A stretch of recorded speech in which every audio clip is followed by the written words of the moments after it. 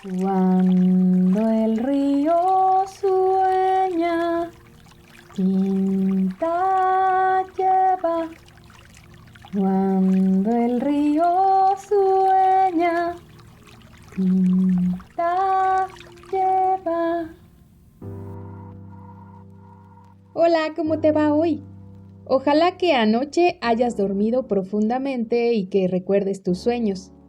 Que tu día sea llevadero y que halles inspiración en la frase de una canción, una serie o una película.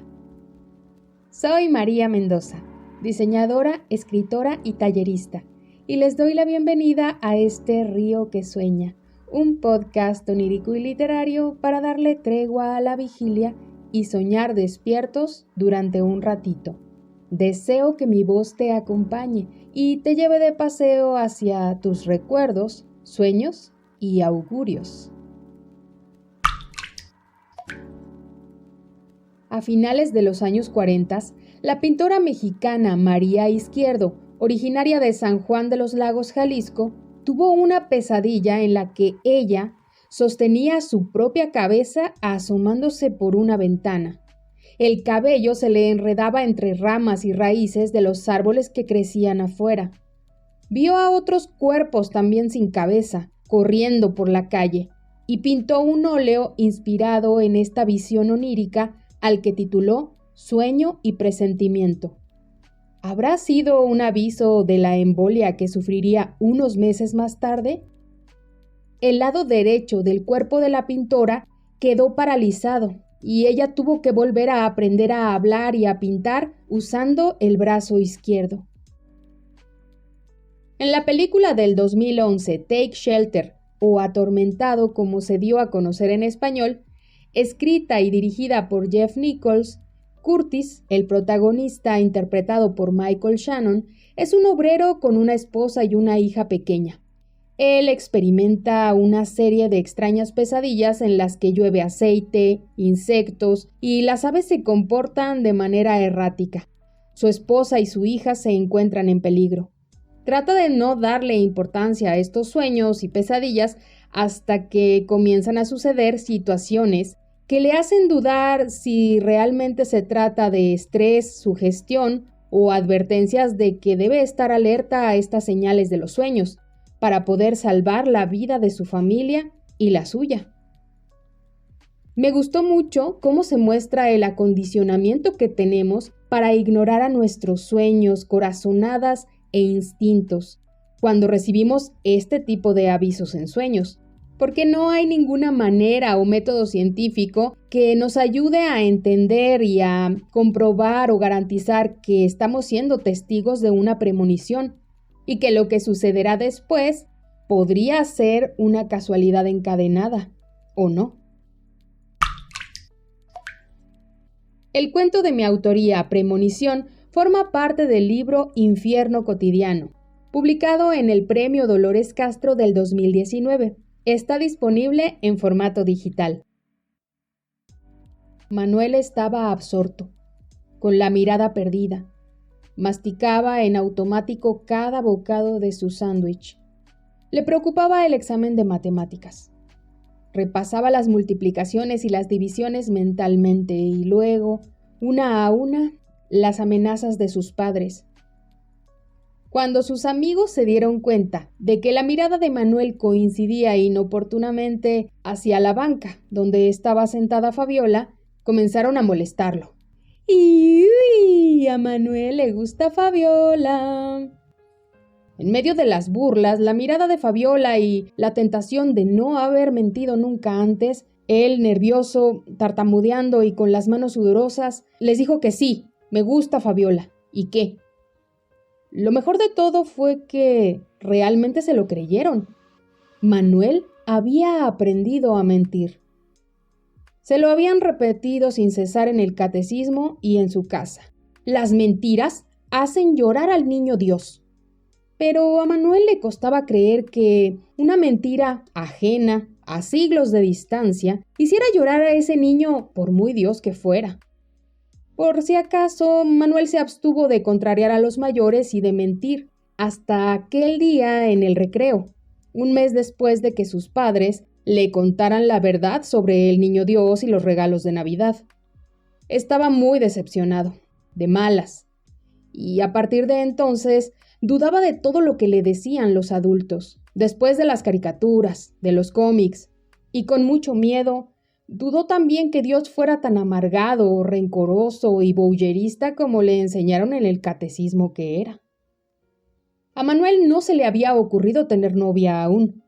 Le parecía mucho más divertido jugar fútbol con sus amigos que caminar agarrado de la mano de una niña. Fabiola nunca le había llamado la atención. No estaba mal, pero tampoco era tan bonita. Después de un mes de todo cambió. Cada vez que veía a Fabiola, él tenía los mismos síntomas que cuando mintió por primera vez. Tartamudeaba, le sudaban las manos y le daba vergüenza que ella le sonriera. Ahora sí le gustaba Fabiola, y por lo visto, a ella también le gustaba Manuel, pues le dio una hojita doblada en el recreo que decía: «Me gustas mucho.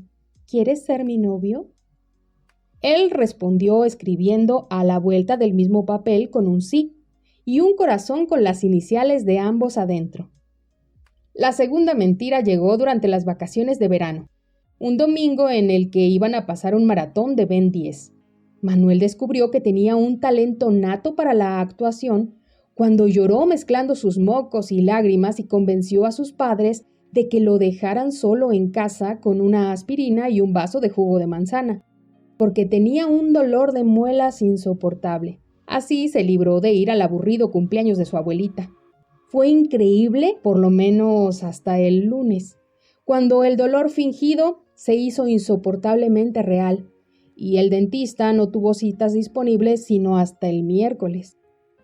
Consideró el incidente como una desagradable casualidad y no le prestó importancia hasta que las siguientes mentiras se fueron haciendo premonitorias también. Se me perdió mi dinero.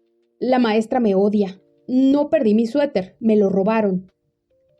Intentó utilizar esta maldición a su favor, pero lamentablemente no funcionaba con mentiras que podían beneficiarlo. Le dijo a sus padres que no le habían dejado tarea, que la maestra ya no lo odiaba y que había sacado 10 en el examen de matemáticas. La sonrisa se les convirtió en bilis al ver el 7 encerrado en un círculo rojo y el reporte de que no había entregado la tarea en una semana completa. Pero Manuel necesitaba estar seguro y quiso intentarlo de nuevo. Le contó a Fabiola que se había encontrado un billete de 500 pesos y que le iba a comprar helados, juguetes y todo lo que ella quisiera. Y por más que salió a buscar el billete, nunca apareció y tuvo que robarle el dinero a su mamá. Ella creyó que había sido doña Lupita, la señora que les ayudaba a hacer la limpieza, y la despidió. Después, la mamá de Fabiola le prohibió que viera a Manuel fuera de la escuela porque ¿qué se creía ese chiquillo queriendo comprar a mi hija? Como si fuera una cualquiera, si apenas tiene 11 años.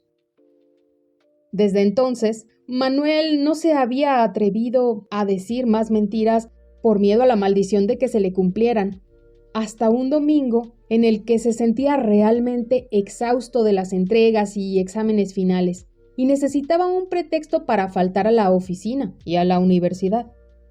Recordó una vez más su miedo infantil y trató de convencerse de que a lo mejor sí podrían haber sido un montón de coincidencias y sería una excelente oportunidad para romper con esa superstición. Dijo que se había muerto su abuelita y no podría ir en 3 días. La apariencia demacrada y triste ya la tenía, y las ojeras también. Esta vez no había tartamudeado ni le sudaron las manos. Sintió que había hecho lo correcto. Él se merecía un descanso. Levantarse tarde, ir al cine, hacer lo que le diera la gana durante 3 días completitos. El siguiente fin de semana murió su abuelita. Manuel había aprendido a matar. Las historias de tradición oral, leyendas y supersticiones siguen ofreciendo guía y augurios a las personas que crean en ellas, a través de los mensajes simbólicos que se repiten de una generación a otra. Los Taemong son sueños de concepción en la cultura coreana. Un embarazo y el sexo del bebé se puede anunciar cuando una mujer sueña que le regalan un durazno. Si sueña con el sol, un pez, serpientes, pimientos rojos, tigres, la lluvia o el océano, esto significa que está embarazada de un niño. Si en cambio ella o el marido sueñan con la luna llena, una serpiente pequeña, flores, manzanas, pérsimos, cerezas, ríos, arcoíris o joyas, el bebé será una niña.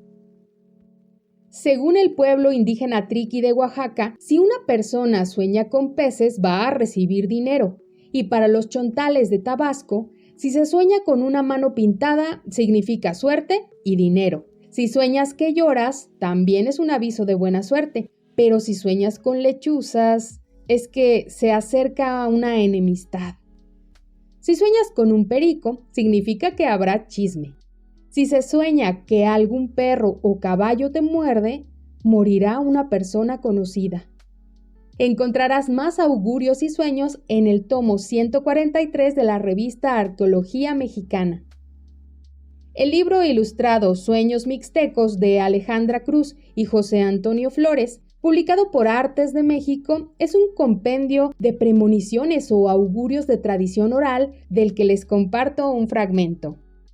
Se dice que soñarse al padre abrazado, gran dechado de fortuna, sea con sol o con luna.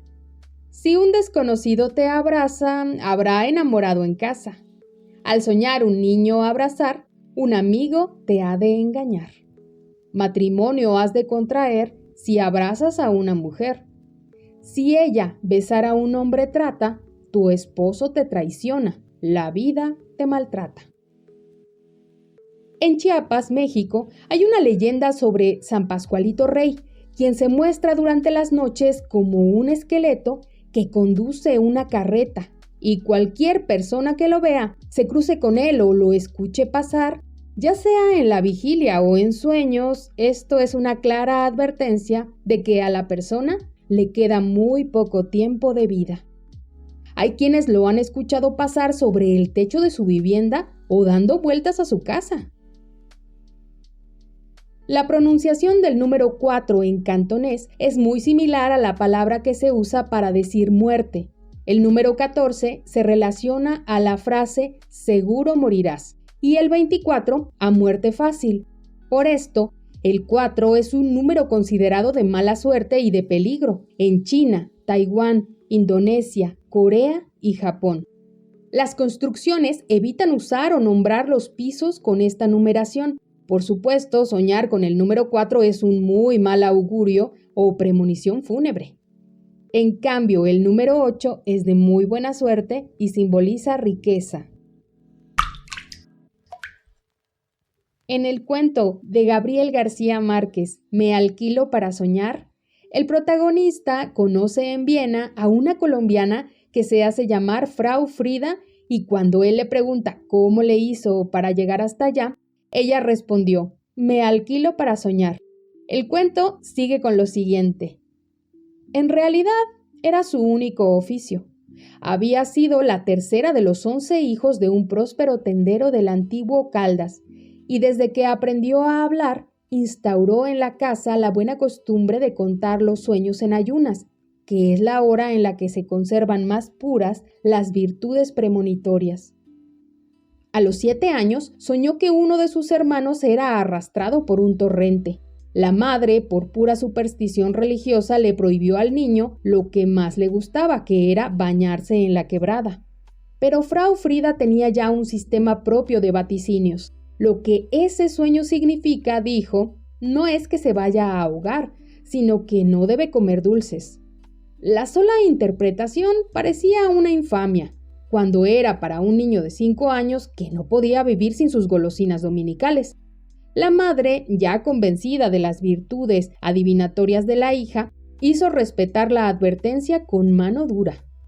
Pero al primer descuido suyo, el niño se atragantó con una canica de caramelo que se estaba comiendo a escondidas, y no fue posible salvarlo.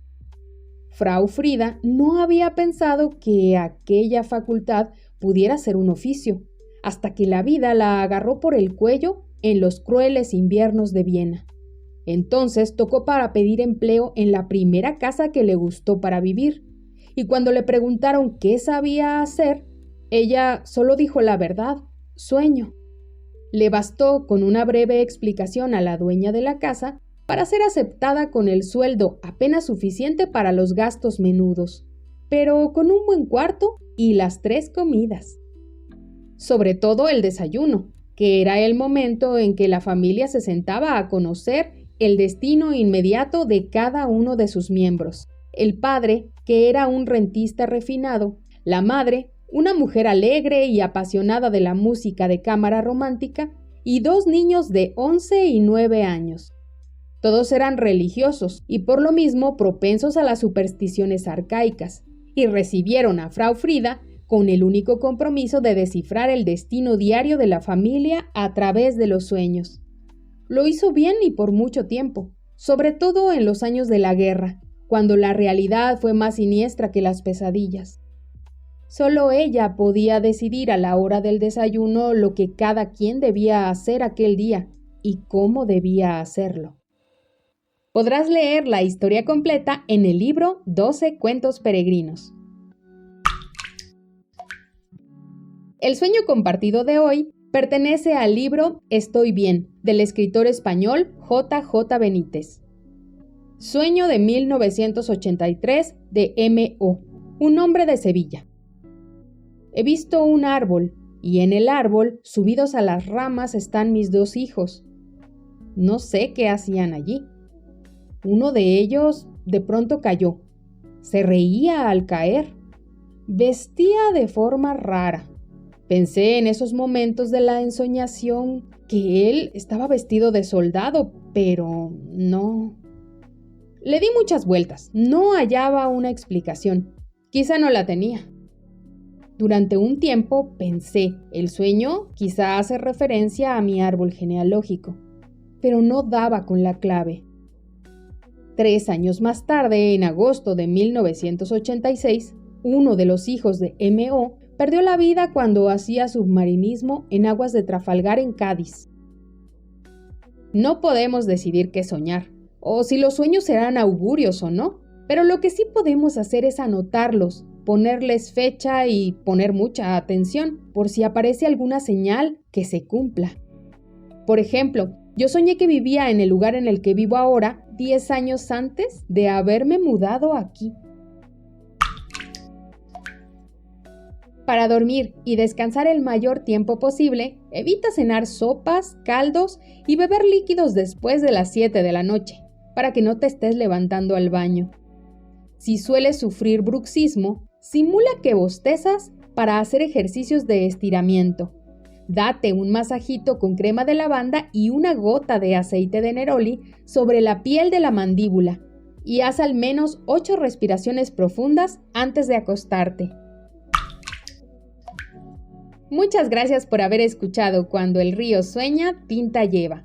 Si deseas apoyar este proyecto, puedes invitarme a un café simbólico dando una aportación voluntaria, comprar mis libros en formato digital o hacer un pedido en mi página de Just, donde encontrarás aromaterapia para descansar mejor, prevenir el insomnio y muchos productos con extractos naturales para cuidarte y consentirte de día y de noche.